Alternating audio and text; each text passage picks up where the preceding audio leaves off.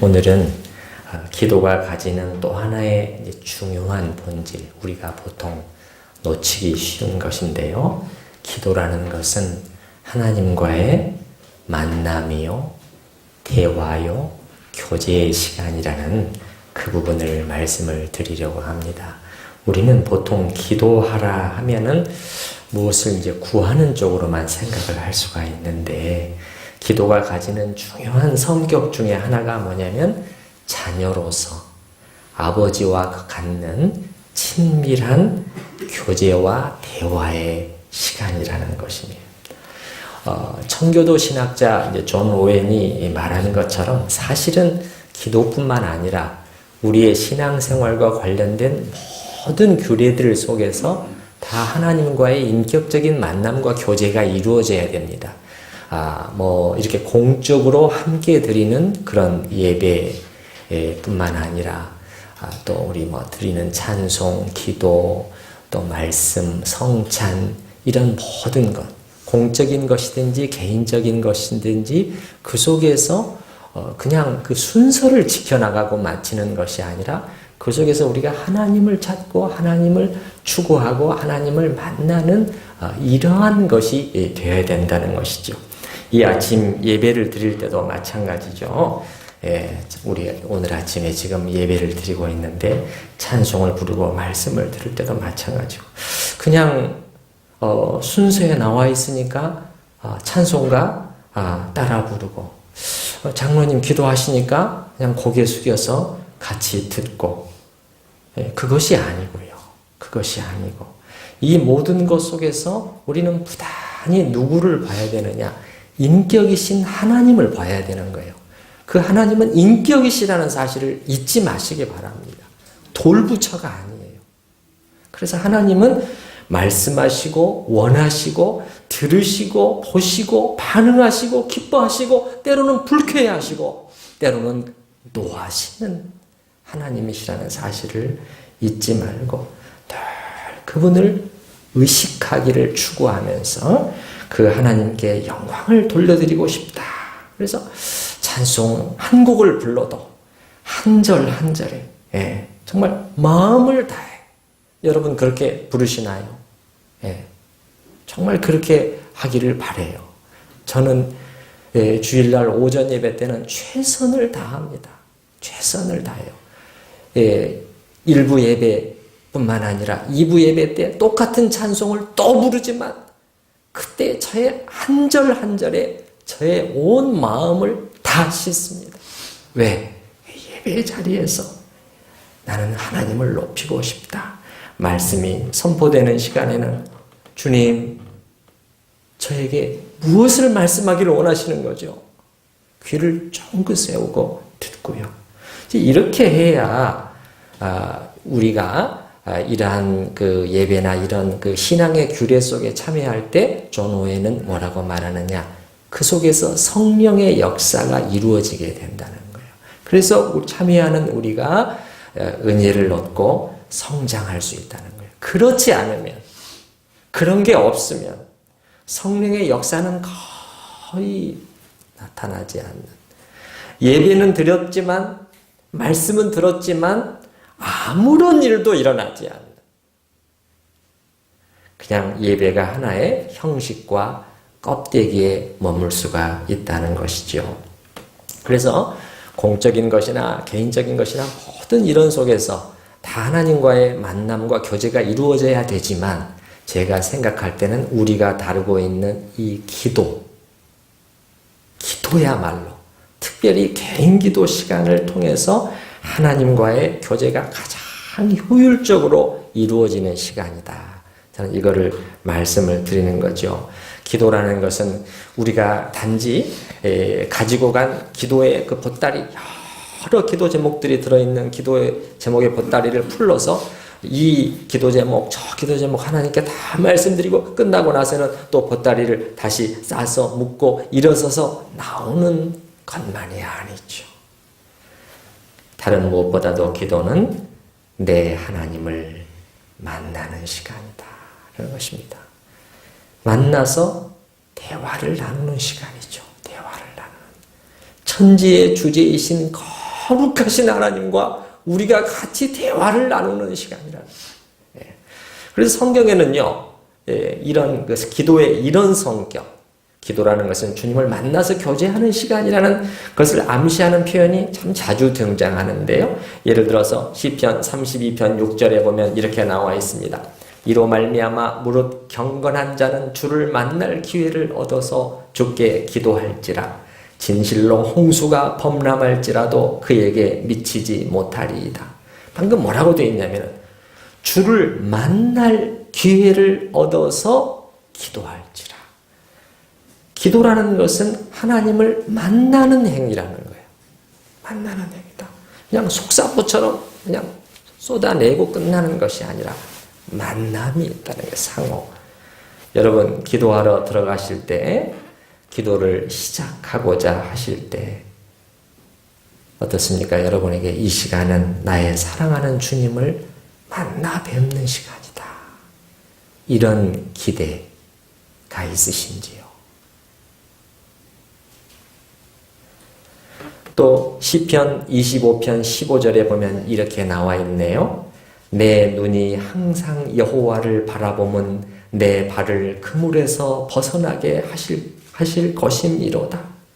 내 눈이 하나님을 바라본다고 돼 있네요. 이것도 모든 자리에서, 삶의 모든 자리와 모든 신앙의 규례 속에서 다 가능하겠지만은 다른 무엇보다도 기도의 자리에서 하나님의 얼굴을 바라보는 일이 가장 잘 이루어질 수가 있는 것입니다. 그렇다면 또 우리는 배우는 것이죠. 기도라는 것은 하나님의 얼굴을 바라보는 통로이구나. 이걸 배우는 것이죠. 또 오늘 읽은 본문에서도 여러분 보셔요. 시편 27편 뒤쪽에 8절 말씀을 한번 보세요. 8절 말씀 보시면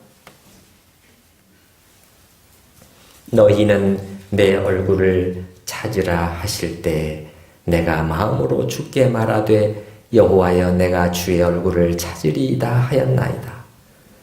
여러분 이 하나님의 얼굴을 찾는 것이 언제 가장 잘 이루어질까요? 기도의 시간이라는 거예요. 무엇보다도 개인적으로 기도하는 시간. 그래서 우리는 또 배우는 거죠. 이 말씀을 통해서 기도는 하나님의 얼굴을 찾는 행위이구나. 이걸 배우는 것이죠.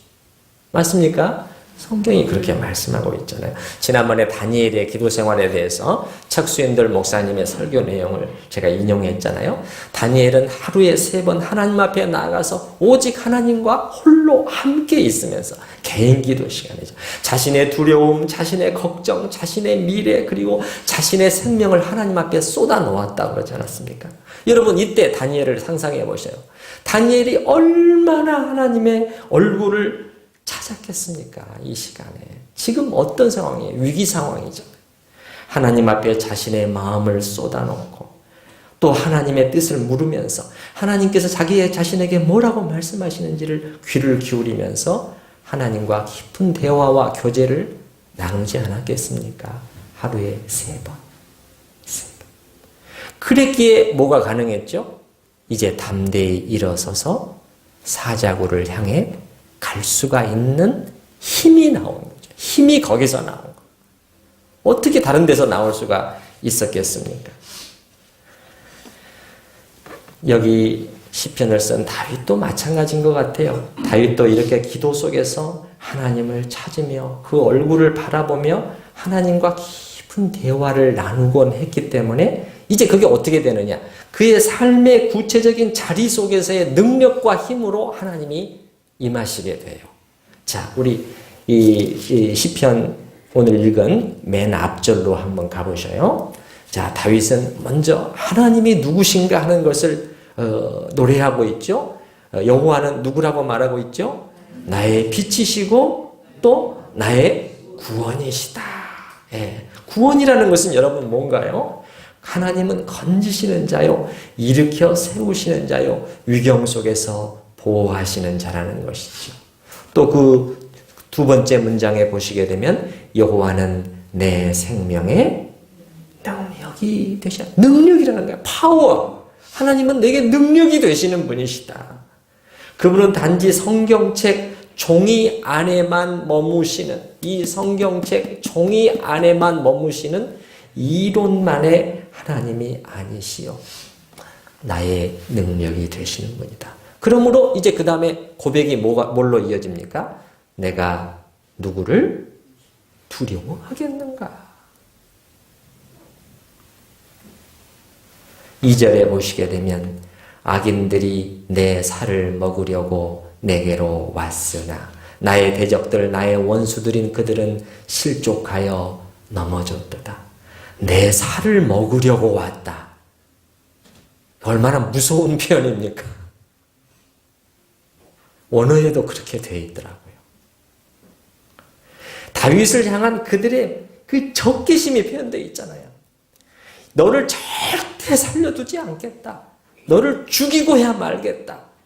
그걸 살을 먹으려고 왔다는 거예요. 그러나 결과는 어떻게 되었느냐? 오히려 그들이 실족하여 걸려 넘어지게 되었다는 것입니다. 모두가 말하기를 다윗은 이제 끝났다. 저렇게 모두가 그를 에워싸 죽이려 드는데 아무도 그의 편이 없는데 다윗은 살아남지 못할 거야. 그렇게 생각하고 있는데 하나님께서는 사람들의 생각과 기대대로 되도록 놔두지를 않으시고 모두가 보는 앞에서 당신을 의뢰하는 이 약하고 외롭기 짝이 없는 한 사람을 붙들어 일으켜 세우셨다는 거예요. 그게 여기서 기록한 내용입니다. 다윗이. 여러분 지난번에 제가 말씀드렸습니다마는 시편 23편에 다윗이 주께서 내 원수의 목전에서 내게 잔치상을 베풀어 주시고 기름으로 내 머리에 바르셨습니다. 원수의 목전이라고 제가 말씀드렸습니다. 모두가 보는 앞에서 하나님께서는 나는 다윗 편이다. 나를 경외하고 사람 아닌 하나님을 더 두려워하고 순종하는 자, 나를 의지하는 자의 편이라는 거예요. 하나님께서. 그거를 모든 사람 앞에서 딱 도장 찍어 주신다는 거예요. 하나님께서. 3절 말씀을 보십시오. 군대가 나를 대적하여 진칠지라도 내 마음이 두렵지 아니하며 전쟁이 일어나 나를 치려할지라도 나는 여전히 태연하리로다. 이건 제가 볼 때는 다윗이 그냥 멋있게 표현하는 표현이 아니고요. 그의 실존적인 삶 속에서의 경험을 노래한 것 같아요. 제가 볼 때는. 군대가 나를, 전쟁이 일어나 가장 두려운 그러한 상황인 것이죠. 내가 원수들에 둘러싸여서 혼자 있다고 할지라도 크신 하나님, 왕의 왕, 만유의 주제가 되시는 하나님이 나의 편이시다. 그러므로 나는 두렵지 아니하고 맨 마지막 절에 보면 어떻게 되어 있습니까? 맨 마지막 부분에 나는 여전히 태연하리로다. 이전 번역에서는 안연하리로다. 안연하리로다. 여러분의 하나님은 어떤 하나님이 되어 계신가요? 단지 성경 종이 조각 안에서만 크신 하나님이시고 그건 주일 아침에만 그런 하나님이 되시고 밖에 나가서 직장 속에서 생업 속에서 부딪히는 바로 그 자리에서는 아무런 힘을 발휘하지 못하시는 하나님은 아니신가? 자, 여러분, 우리가 다윗처럼 되기 위해서는 어떻게 해야 되겠습니까? 이런 하나님을 먼저 알아야 되겠지요. 근데 그 하나님을 어떻게 알 수 있겠냐 말이죠. 깊은 묵상과 기도 속에서 하나님과 교제하는 이 연습과 훈련을 해 나가야 되는 것입니다. 다윗의 글 속에는 그야말로 그가 끊임없이 그렇게 하나님과 교제하였음을 말해주는 암시가 수없이 많이 드러나 있습니다. 오늘 4절 말씀, 특별히 제가 주목해 보고자 하는 말씀인데요. 4절 말씀. 내가 여호와께 바라는 한 가지 일, 그것을 구하겠습니다. 이 말은 무슨 말입니까? 저의 유일한 소원입니다. 최고의 소원이 있다면 저는 이것을 구하겠습니다. 그런 것이죠. 무엇을 구하겠다는 것이냐? 내 평생의 여호와의 집에 살면서 여호와의 집, 이것은 이제 하나님의 전 성소를 가리키는 것이죠. 그렇기 때문에 여호와의 집에 살겠다, 그 말은 1차적으로는 성전에서 제사와 예배를 드리면서 하나님과 함께 거하고 싶다, 이제 그런 뜻이죠. 그런데 제가 전에도 말씀드린 것처럼 이것을 너무 문자적으로만 해석하게 되면 문제가 생긴다고 했습니다. 시편 23편 6절이 똑같잖아요. 나의 평생의 선하심과 인자하심이 정녕 나를 따르리니, 그 다음에 어떻게 되어 있죠? 내가 여호와의 집에 영원히 거하리로다. 이것을 24시간 성전 안에 머물러 있겠다. 성전을 떠나지 않고 나는 거기 그냥 계속 있겠습니다. 그런 뜻이 돼버린다고 그랬죠. 그것이 아니고 여호와의 집은 2차적으로는 하나님이 계시는 곳이란 말이에요. 하나님이 안 계시면 여호와의 집은 아무런 성전은 의미가 없어지게 됩니다. 쉐키나라고 하는 하나님의 임재가 상시적으로 머물기 때문에, 하나님이 거기에 계시겠다고 약속하셨기 때문에 거기는 여호와의 집이 되는 것이죠. 그러니까 내가 여호와의 집에 머물겠다고 하는 의미는, 주님, 저는 주님과 함께 영원히 나의 생이 마칠 그날까지 늘 함께 있고 싶습니다. 그런 말이죠. 여러분, 우리의 신앙이 여기에 이룰 수 있다면 얼마나 좋겠습니까? 주님의 집에 계속 주님과 함께 저는 머물고 싶습니다. 사실 저는 이것이 하나님의 뜻이라고 생각을 해요. 우리를 향한. 여러분, 생각해 보세요. 우리가 수도 없이 많은 유혹과 죄에 걸려 넘어지는데, 만약에 하나님과 함께 있는 것이 내게 최고로 좋게 된다면, 그렇다면 그런 유혹과 욕심을 이기는데 얼마나 도움이 되겠습니까? 힘이 되는 것이죠. 그럴 때마다 하나님이 내게 힘으로 작용을 해주시는 것이죠. 그런데 여러분, 그 다음 표현을 보면은 여호와의 집에 거하면서 뭐 하고 싶다고 말하고 있습니까? 여호와의 아름다움을 바라보고 싶다. 바라보고 싶다.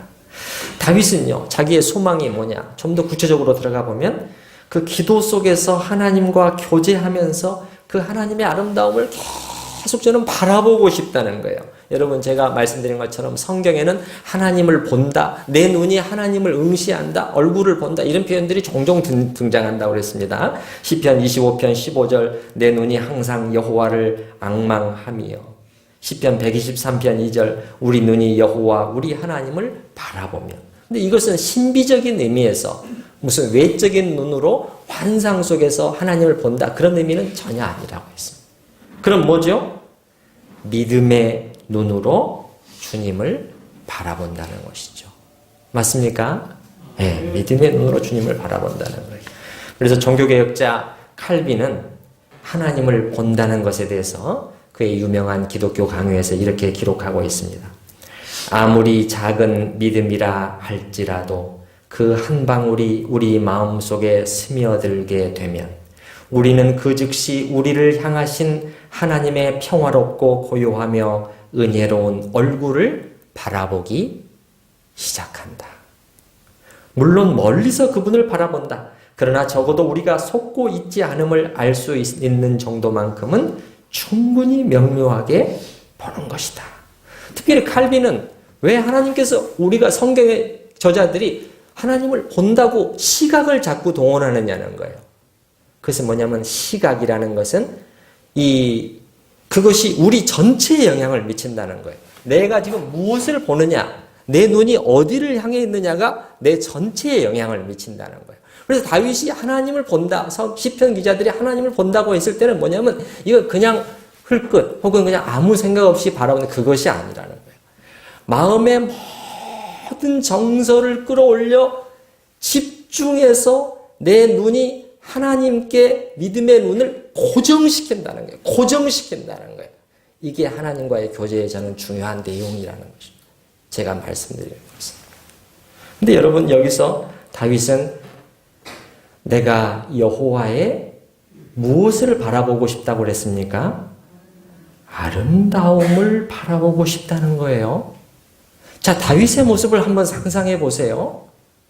기도 가운데서 하나님의 아름다우심을 뚫어져라고 바라보고 있는 다윗을 한번 생각해 보시라는 거예요. 외적인 눈이 아니라고 했습니다. 믿음의 눈으로. 여러분, 하나님은 아름다운 분이신가요? 예. 약간 생소한 표현이죠? 생소한 표현이에요. 하나님은 의로우시고 거룩하고 크고 능하시고 또 영광 속에 계시는 분, 이런 표현들은 우리가 익숙해요. 근데 하나님은 아름다우신 분이라는. 하나님은 정말 아름다우신 분일까요? 예. 일단 성경이 그렇게 말하고 있기 때문에 그건 확실한 것 같아요. 하나님은 영광스러우시고 아름다우신 분이라는 거예요. 자, 여기 성경에도 오늘 지금 본문에도 분명히 여호와의 아름다움이라는 표현이 나타나 있는데, 자, 여러분, 여기를 이렇게 또 바로 돌아올 테니까 성경 한 구절만 좀 찾아보도록 하죠. 구약 성경 이사야서 35장 말씀, 제 성경으로는 1007페이지인데요. 이사야서 35장 말씀을 잠깐 보시겠습니다.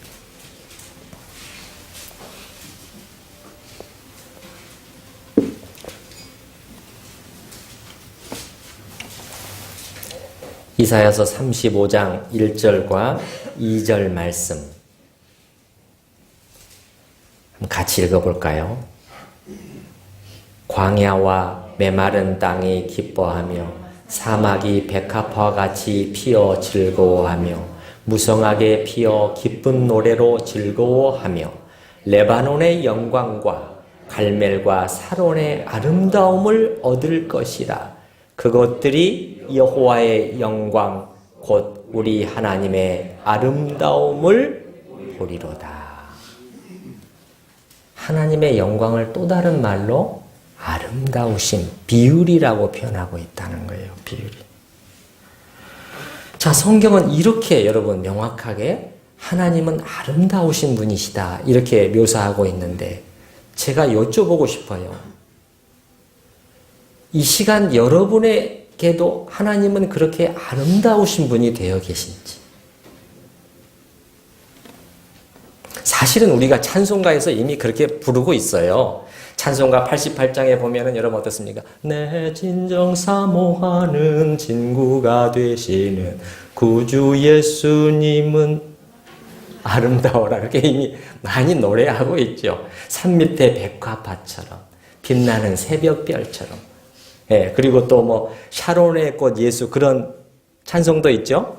샤론의 꽃처럼 골짜기의 백합화처럼 아름다우신 분이라는 것이죠. 그러면 여러분, 왜 성경은 하나님의 속성을, 그러니까 하나님의 모든 성품과 능력을 영광이라는 단어로도 표현하지만 이런 경우 드물지만 아름다움이라고 표현할까요, 여러분? 왜 아름다우심이라고 표현을 했을까요? 근데 신학자들도 이 부분에 대해서 상당히 이 관심을 가지고 있거든요. 근데 저는 개인적으로 곰곰 생각을 해봤어요.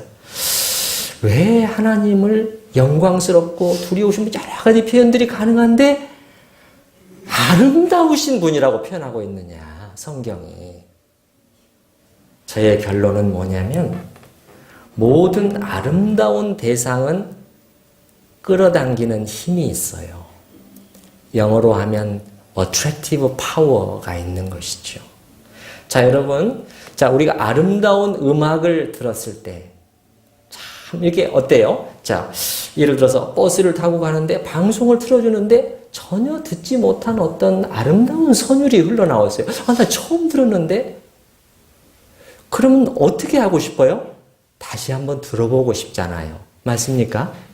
예.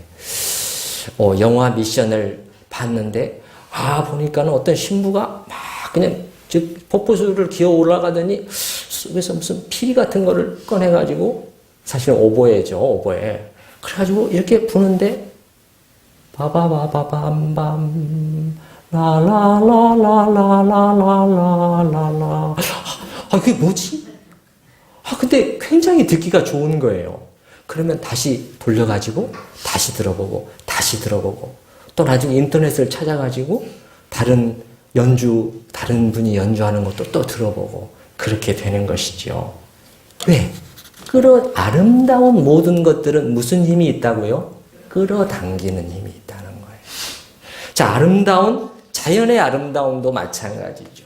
아름다운 산, 아름다운 호수, 가을철이 되면 나무에는 아름다운 단풍이 들죠. 우리나라에서 제일 최고의 단풍을 자랑하는 산은 어디일까요? 예. 내장산일 거예요. 왜 그러냐? 최고의 인파가 몰려드는 것으로 알 수가 있는 것이죠. 저는 그쪽에 살다가 내장산을 몇 번 가보고 싶은데요. 단풍철에 가려고 하니까는 학생들이 교수님 차로 갈 생각하지 마세요. 왜 그러냐? 그랬더니 들어가는 입구에서부터 차가 그냥 한없이 밀린다는 거예요. 한없이 밀려서 들어갈 때까지 이게 그냥 얼마나 시간이 걸릴지를 알 수가 없다는 거예요. 그래서 포기하고 하다가 오기 전에 도저히 안 되겠다. 이게 이제 서울로 올라가야 되는데 그래서 이제 갔는데 그때 약간 때가 너무 약간 이른 철에 가게 됐어요. 그랬으니까 이제 좀 절정 상태는 못 봤는데 그래도 사람이 많이 들어와 있더라고요. 그런 상황인데도. 여러분, 왜 그렇게 해마다 그렇게 많은 사람들이 몰려들죠? 예, 누가 시켰나요? 아니에요. 다시 보고 싶어. 그 케이블카를 타고 올라가면서 그 밑에 펼쳐진 그 울긋불긋한 그 장관, 그거 또 보고 싶다. 또 찾아오는 것이죠. 이게 아름다움이 가지는 힘인 것이에요. 힘. 그 자연의 아름다움도 이렇게 끌어당기는 것처럼 하나님은 그보다 더 아름다운 분이시다라고 성경은 우리에게 말해주고 있는 것이죠. 여러분, 오늘 불렀던 찬송가 그 만유의 주제 여러분 잠깐만 펴보실래요? 32장 찬송가죠? 사실 그렇게 말하고 있잖아요. 이 절 같은 데 보면 32장 찬송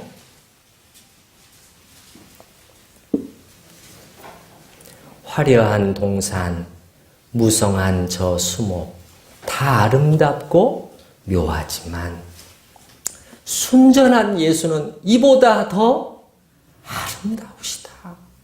봄 같은 기쁨을 내게 주신다는 거예요. 제가 그래서 영어 원문의 가사를 한번 찾아봤어요.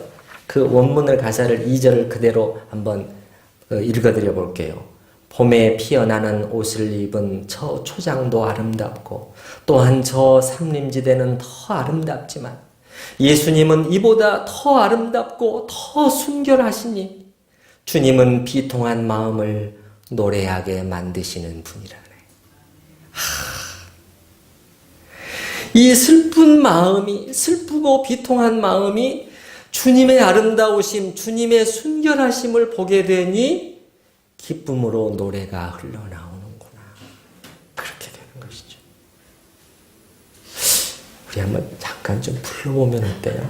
2절 한번 같이, 그 반주 안 하셔도 될 것 같아요. 예, 또 번거로우시니까요. 화려한 동산, 무성한 저 수목, 다 아름답고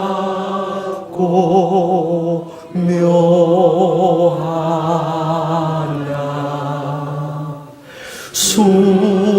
순전한 예수 더 아름다워 봄 같은 기쁨 주시네.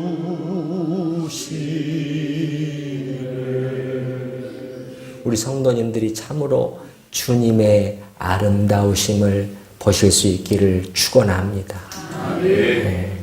여러분, 이러한 노래들이 말하는 이 모든 것들은 이 세상에 우리의 마음과 눈길을 끄는 모든 아름다운 것들이 있지만, 그래서 우리가 또 보고 싶어하고 또 듣고 싶어하고 하는 그런 것들이 많이 있지만, 우리 주님의 영적인 아름다우심, 인격적인 아름다우심은 이것과 비교할 수도 없어, 이 사람들아. 그런데 왜 다른 것들에 눈이 뺏기는 거야? 왜 다른 것들을 찾아가는 거야? 그렇게 우리한테 성경은 도전하고 있는 거예요. 앤드류 머레이라고 하는 그 분은 이렇게 기록을 했어요. 주님의 아름다우심을 자기가 묵상했다고 하면서 예수님의 아름다우심. 기껏해야 그분의 희미한 모습만을 바라볼 수 있었는데도 거룩하신 그분의 생애를 되돌이켜 볼 때 내가 얼마나 감명 깊게 느꼈으며 그 중에서도 그분의 영적인 아름다운 모습을 바라볼 때 이 땅에서 주님의 그 삶을 생각을 하면서 주님의 외적인 아름다움이 아닙니다. 주님의 외모는 사실은 보잘것이 없었다고 성경은 기록하고 있어요. 그러나 그분에게서 풍겨나는 그 아름다운 인격과 그 하나님으로서의 모든 그 속성, 성품, 그런 영적인 아름다운 모습을 바라볼 때 우리 인간의 생각이나 말로 도저히 표현할 수 없을 정도라고 얼마나 느껴왔던가.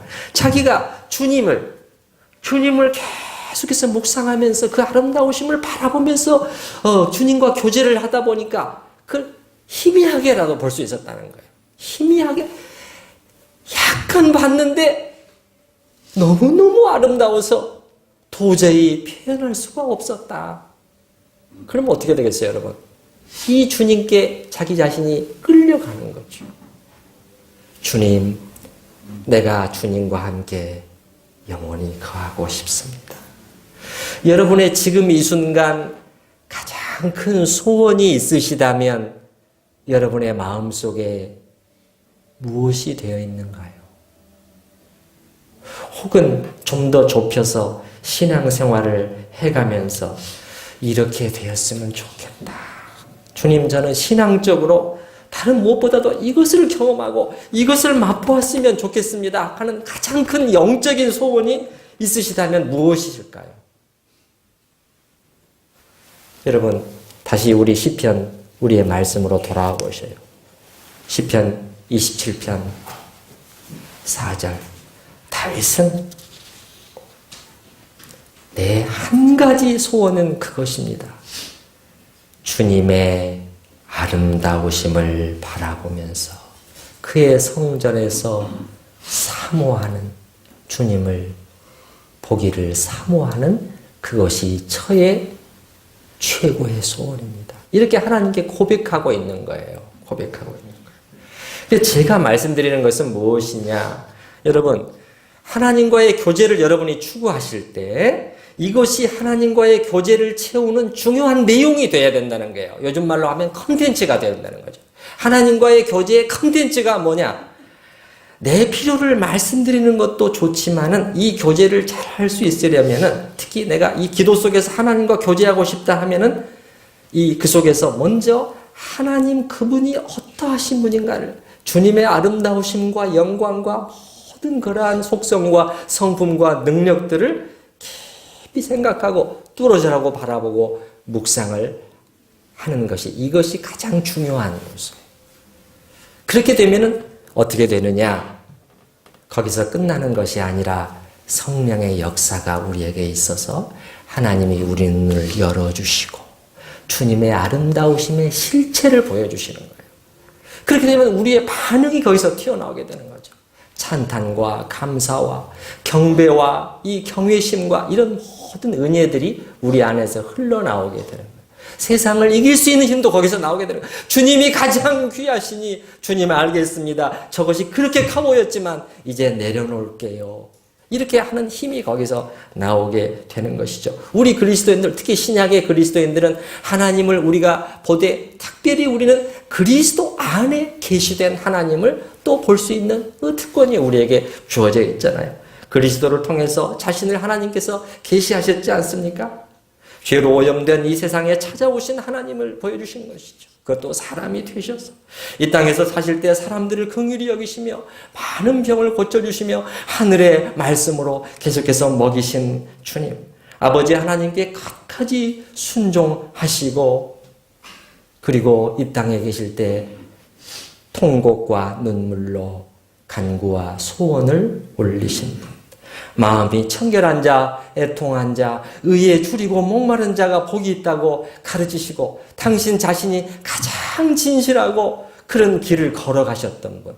그분에게는 위선과 가식의 그림자조차 없으셨죠. 그 하나님을 보는 거죠. 예수님 안에서. 아, 하나님이 저런 분이시고 저렇게 아름다우신 분이시고 사람들의 침뱉음과 모욕을 받으시되 털 깎는 자 앞에 잠잠한 어린 양처럼 모두 다 받아내신 하나님. 우리를 위해 자기를 내어주시되 목숨까지 내어주신 분. 십자가상에서 이 하나님의 인내와 용서를 또 보는 거죠. 예수님을 통해서 하나님은 인내를 보는 거예요. 아버지여 저들을 용서하여 주시옵소서. 그래서 프레드릭 파버의 말처럼 찬송가 작시자 파버의 말처럼 일생 내내토록 우리는 예수님에 대해 이야기할 수도 있다. 그러나 그렇게 한다고 할지라도 그분에 대해서 말해줄 수 있는 아름다운 것들의 끝에는 결코 이르지 못할 것이다. 예수님은 이렇게 아름다우신 분. 그런 예수님 안에 나타나신 하나님이 그런 분이시라는 거죠. 제가 존 파이퍼 목사의 그의 한 설교를 듣는데 이 예수님의 뛰어나심, 최고이심, 그분은 슈프리머스라는 표현을 썼는데 그거를 나열해 가는데요. 제가 들었을 때 그 하나하나의 내용은 예수님의 아름다우심이라고도 말할 수 있는 것이었어요. 정말 계속 이어지는데 그 어느 것 하나 언제 끝날려나 근데 한없이 이어지는 거예요. 근데 어느 것 하나 지루하지가 않은 것이에요. 저는 이걸 들으면서 이분은 정말 주님의 탁월하심과 아름다우심에 매료되어 있는 분이구나.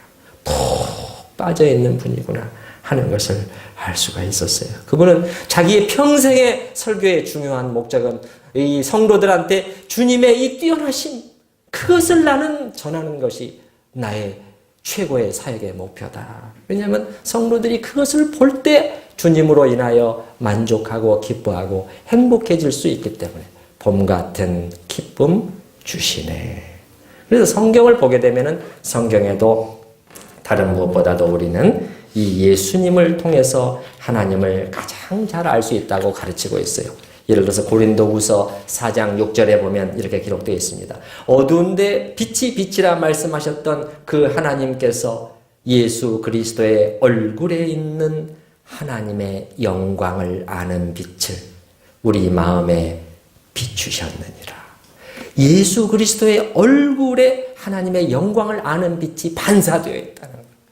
예수님을 보면서 우리는 하나님을 가장 잘 알 수가 있다는 것이죠. 우리가 하늘나라에 가면 우리는 전혀 생소한 하나님을 만나게 되지 않아요.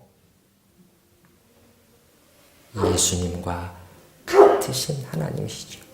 물론 신성의 두려운 영광, 그것은 이 땅에 계실 때 주님께서 우리를 보호하시기 위해서 감추셨지만 이제 그러한 영광의 광의들이 다 드러나게 되죠. 그래서 하나님의 영적인 아름다움을 다윗처럼 간절히 바라보며 사모하는 것. 저는 이것이 최고의 신자의 최고의 영적인 상태라고 주저없이 말씀을 드리고 싶습니다. 신약적인 표현으로 바꾸면은 성령 충만도 여기에 해당하는 거죠. 여러분이 성령으로 충만하게 되면 어떻게 되실 것 같아요? 하나님에 대한 생각으로, 주님에 대한 생각으로 가득 차게 됩니다. 성령 충만도 그거잖아요. 성령으로 가득 채워진다는 거예요. 성령이 누구셔요? 하나님이시잖아요. 다윗처럼 인격이신 하나님 그분께 흠뻑 빠져들게 되는 것이죠. 여러분, 다윗이 왜 이걸 자기의 유일한 소원이라고 말했을까요? 주님, 정말 나는 이걸 원합니다. 왜 이렇게 말했을까요? 제가 볼 때는 다윗은 이미 하나님의 영적인 아름다우심을 본 거예요. 보니까 거기에 빠져들게 되는 거죠. 우리가 왜 관심이 없게 되는 거죠?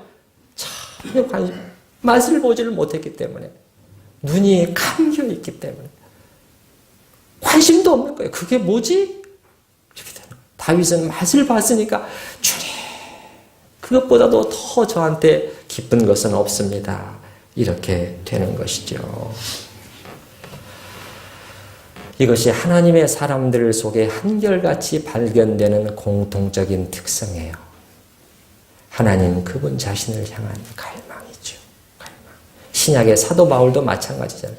내가 그리스도를 알고자 하여 모든 것을 배설물로 여기고 그분을 얻기 위하여 나는 달려간다. 이렇게 되어 있잖아요. 자, 이제 뒤쪽에 조금만 하고 마무리하도록 하겠습니다. 7절 말씀 보면 여호와여 내가 소리내어 부르짖을 때 들으시고, 기도죠. 기도 부르짖을 때 또한 나를 긍휼히 여기사 응답하소서. 8절 말씀 아까 봤습니다마는 너희는 내 얼굴을 찾으라 하실 때, 여러분 하나님이 이걸 명령으로 주고 계시다는 걸 잊지 마시기 바랍니다. 찾으면 좋다가 아니라 너희는 다 내 얼굴을 찾아야 된다는 거예요. 간절히 찾아. 이게 찾는다는 것은 상당히 적극적인 표현이잖아요. 누구든지 오죽해야 시편 42편에 보면은 사슴이 시냇물을 찾기에 갈급한 것처럼 내 영혼이 주를 찾기에 갈급합니다. 이 찾는다는 것은 굉장히 적극적인 그러한 신앙 행동이거든요. 근데 하나님께서 그것을 우리에게 명령으로 주고 계시는 거예요. 너희는, 다윗에게뿐만 아니라 너희는, 여기 잘 보셔요. 8절 말씀 내 얼굴을 찾으라 하실 때 다윗은 반응했습니다. 그게 뭐지? 나는 할 일이 많아. 그게 아니고 알겠습니다. 주님 내 마음으로 주께 말하되 여호와여 내가 주의 얼굴을 찾으리이다 하였나이다. 그러면 하나님을 찾는다고 하는 것은 여러분이 너무 막연하게 이게 구체적으로 목사님 알겠습니다만 어떻게 한다는 것이지요. 단순하게 설명드릴 내용은 아니지만 그냥 단순히 이 하나님의 얼굴을 찾는다는 것이 그냥 주님 앞에 나아가서 간절히 기도한다. 그 이상의 의미를 저는 담고 있다고 생각해요. 왜? 주의 얼굴을 찾는다고 되잖아요. 주의 얼굴을 찾는다. 제가 이해하고 적용하는 것은 이런 것이죠. 그냥 상상 속에 막연한 그런 것은 아닙니다. 성경 속에 풍성하게 계시되어 있는 그 하나님을, 성경은 하나님을 우리에게 말해주려고 얼마나 우리에게 노력하고 있는 책인지 모르겠습니다. 하나님은 이런 분이시란다, 이런 분이시란다, 예수님은 이런 분이시란다, 성령님은 이런 분이시란다. 그 하나님을 기도와 묵상 가운데 믿음으로 붙들려고 애쓰는 것이라고 저는 생각을 해요. 믿음으로 붙들려고 애쓴다는 것은 뭐냐면 이 하나님이 주님 이 시간 나의 하나님이신 것을 저는 믿습니다 라고 마음으로 꽉 그 하나님을 나의 하나님이 되실 수 있도록 붙든다는 것이지요. 마지막으로 9절 말씀 보면 주의 얼굴을 내게서 숨기지 마시고 주의 종을 노하여 버리지 마소서. 주의 얼굴을 숨기지 마소서라는 것은 제가 볼 때는 이래요. 다윗은 늘 주님의 그 임재, 주님의 얼굴을 바라보면서 그 아름다움을 사모하면서 늘 빠져 있었기 때문에 잠시라도 자기의 죄나 혹은 여러 가지 환경이나 여러 가지 다른 이유들로 인해서 하나님의 그 임재가 거치는 것 같은, 하나님의 얼굴이 가려지는 것 같은 느끼면 금방 그것을 느끼는 거예요. 금방 캐치하는 거예요. 주님, 내게서 떠나시면 안 됩니다. 그렇게 주님을 붙드는 삶을 얘기하는 것이죠. 우리 이 시간 들은 말씀을 생각하시면서 잠깐 같이 기도하는 시간을 가지십시다. 기도 속에서 이게 너무 나한테는 높은 거야 그렇게 말씀하지 마시고요. 인격이신 하나님을 주님 만나고 싶습니다. 하나님과의 교제를 기도 속에서 하고 싶습니다. 그래서 정말 주님이 아름다우신 분이라는 것을, 정말 사모할 만한 분이시라는 것을, 어떤 아름다운 것들보다도 더 아름다우셔서 내 마음과 영혼을 끌어당기실 수 있는 분이시라는 것을, 주님 그것을 보기를 원합니다. 그런 것을 우리가 기도하고, 그래서 정말 언제나 그 주님과 함께 있기를, 여호와의 집에 항상 주님과 함께 있기를 원하는 다윗처럼 함께 있기를 신약적인 표현으로 하면은 예수님께서 말씀하시기를 너희가 내 안에 거하는 것이죠. 내 말이 너희 안에 거하는 것. 주님, 그것을 제가 사모합니다 하는 마음으로 같이 기도하십시다.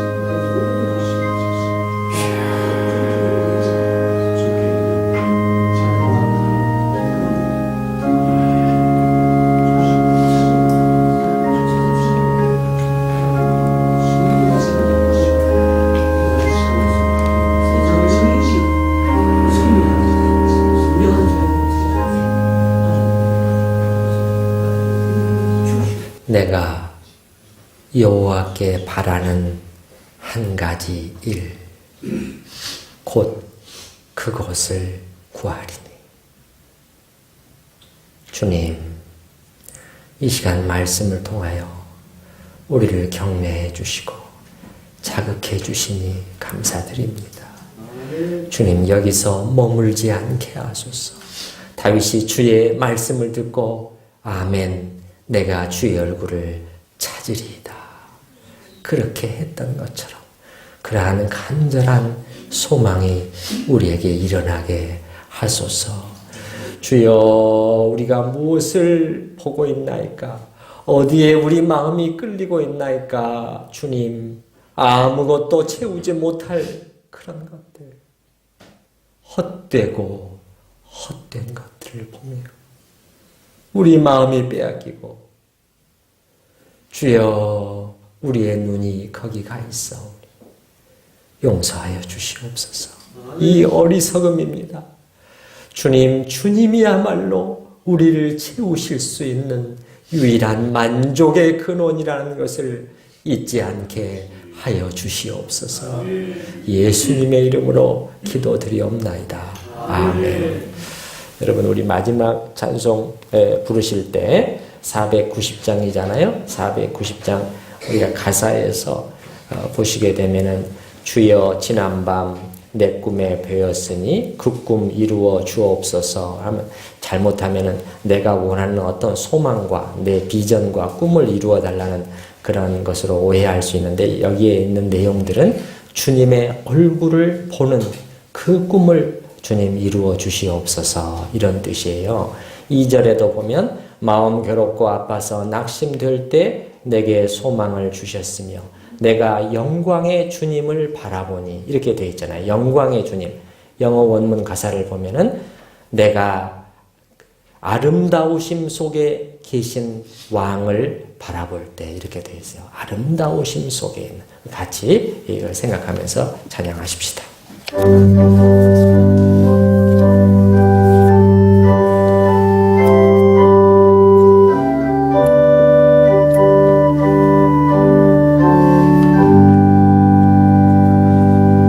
주여 지난밤 내 꿈에 배웠으니 그 꿈 이루어 주옵소서.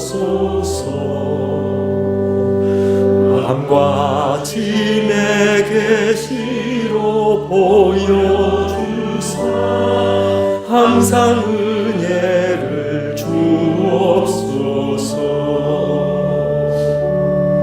나의 놀라운 꿈 정령나 믿기는 장차 그는 아들 편이